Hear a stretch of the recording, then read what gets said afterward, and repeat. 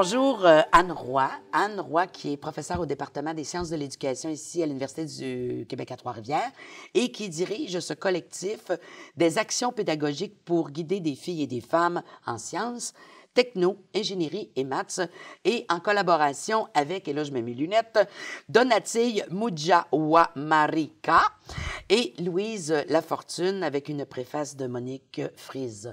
Alors pourquoi ce livre d'abord, Anne Roy? OK.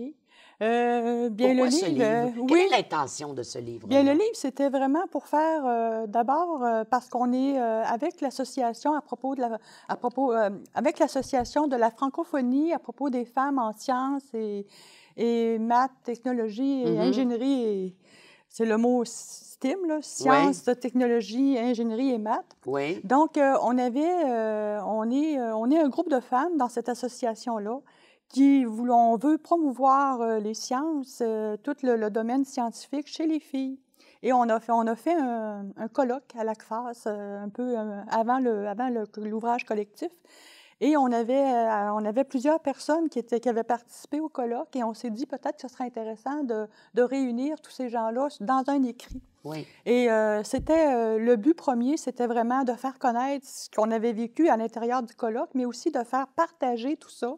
Parce qu'on s'est dit, il y a tellement de pistes d'action pour aider les enseignants au primaire, au secondaire, aussi à l'université, pour trouver des façons de se renouveler dans leur enseignement, pour faire en sorte qu'on soit plus capable de projeter la science de manière positive pour les filles. Parce qu'on se rend compte des fois qu'on amène des stéréotypes. On voulait briser les stéréotypes, on voulait promouvoir la science chez les filles, mais tout en étant aussi socio-pédagogique, donc dans un modèle Donc, vous arrivez à un constat, parce que le livre en parle aussi. Il y a beaucoup de femmes qui ont quand même qui ont embrassé des carrières de type scientifique et qui, elles, sont très positives par rapport à tout ça, sont très heureuses dans ce milieu-là. Mais en même temps, il y a une difficulté à encore amener les filles vers ces professions-là. Donc, on est encore là aujourd'hui. Une difficulté pour les jeunes filles d'embrasser des études de type scientifique. Malheureusement. Malheureusement. Comment vous expliquez ça? Il y a plusieurs facteurs qui sont responsables de cette situation. Mis à part les stéréotypes dont on parlait il y a quelques instants. L'éducation peut-être, où on utilise un langage peut-être plus masculin quand on parle de la science. On va moins interpeller les filles. Il y a, c'est sûr, les parents à la maison qui peuvent peut-être moins bien encourager les filles à s'en aller en sciences, dans le domaine des STEM, là, à l'école aussi? À l'école, mais à l'école primaire, c'est les premières personnes sommeuses pour aider les filles à se voir se projeter dans un domaine scientifique. Vous parlez de la passion, d'aller chercher justement, de stimuler, dans votre livre, vous parlez de ça, de stimuler la passion chez les jeunes filles, autant au primaire qu'au secondaire. Alors, comment on peut faire ça, stimuler la passion de la science?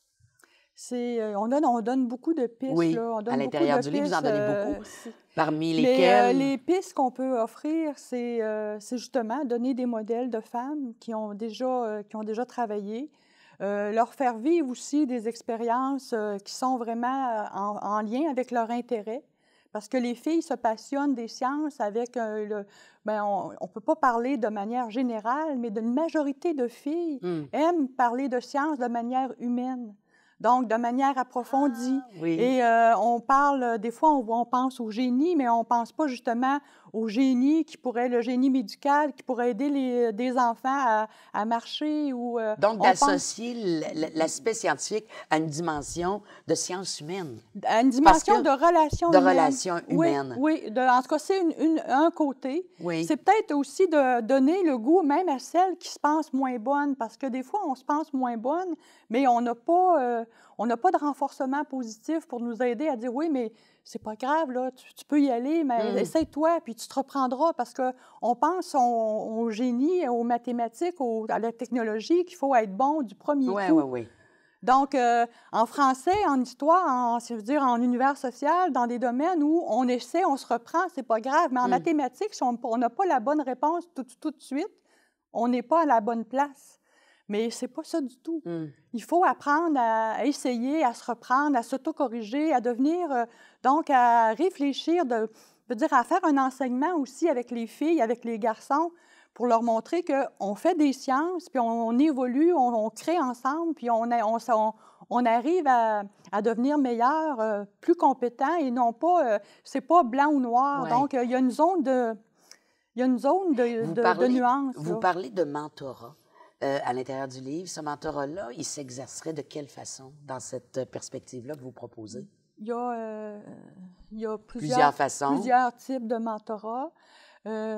C'est sûr qu'on pourrait jumeler à l'intérieur d'un travail, à l'intérieur d'une classe même? À l'intérieur d'une classe, de jumeler des gens qui sont déjà en sciences, ou de les jumeler avec des débutantes.